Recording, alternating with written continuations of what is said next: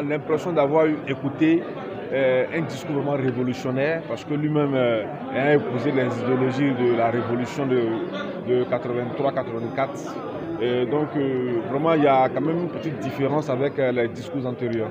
Voilà. À Ouagadougou, généralement, nous prenons conscience de la situation que traverse notre pays lorsqu'il y a des drames, lorsque nos forces de défense et de sécurité sont attaquées par les groupes armés terroristes. En ce moment-là, on sent qu'il y a une certaine accalmie à Ouagadougou, mais quand ça passe, c'est fini. Voilà. Aujourd'hui, c'est d'avoir des symboles de cette guerre-là à Ouagadougou dans toutes les rues, sur les pancartes. Et des soldats comme Doé Pascal qui sont tombés au champ d'honneur. On doit voir les images dans la capitale pour qu'ils puissent inspirer et motiver davantage les Burkinabés qui ne sont pas forcément militaires. Voilà un peu. Et par rapport à la cité donc, des héros nationaux, c'est la cité là où vivront donc les épouses des orphelins de ces héros qui sont tombés sur le champ d'honneur, pour que des générations après nous puissent savoir qu'il y a eu des gens, il y a eu des Burkinabés qui se sont battus pour la patrie, pour qu'eux puissent vivre à l'intérieur de ce pays-là. Bon, il faut dire que le discours du Premier ministre m'a beaucoup plu, puisqu'il a parlé de mobilisation, il a parlé d'engagement, et il a parlé aussi de l'art de vaincre le mal qui est notre pays. Dans son discours, il y a des partenaires qui ne sont pas clairs dans leur partenariat, sans citer de nom. Mais le peuple a eu le courage de citer le nom des forces spéciales françaises basées à Cambouensé.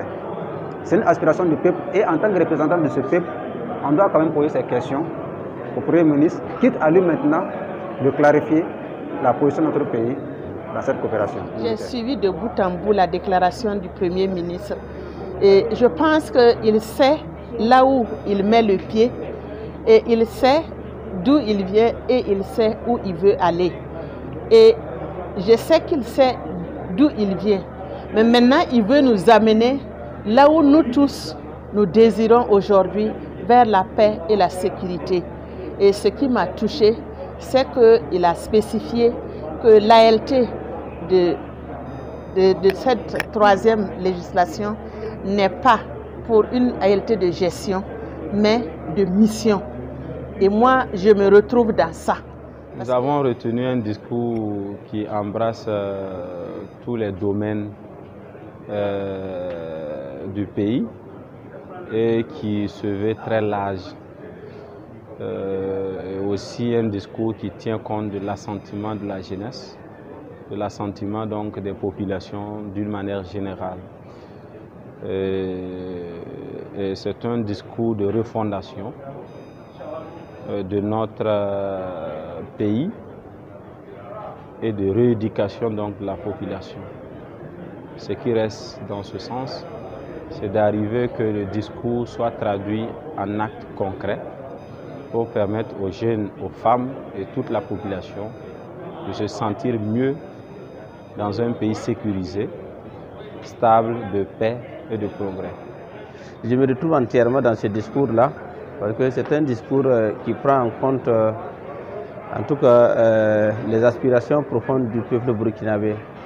Et c'est un discours qui est en parfaite relation avec la mission assignée à la transition, qui est de travailler à la reconquête du territoire national, travailler pour que les Burkinabés aient un mieux-être, travailler pour que nous ayons un État refondé.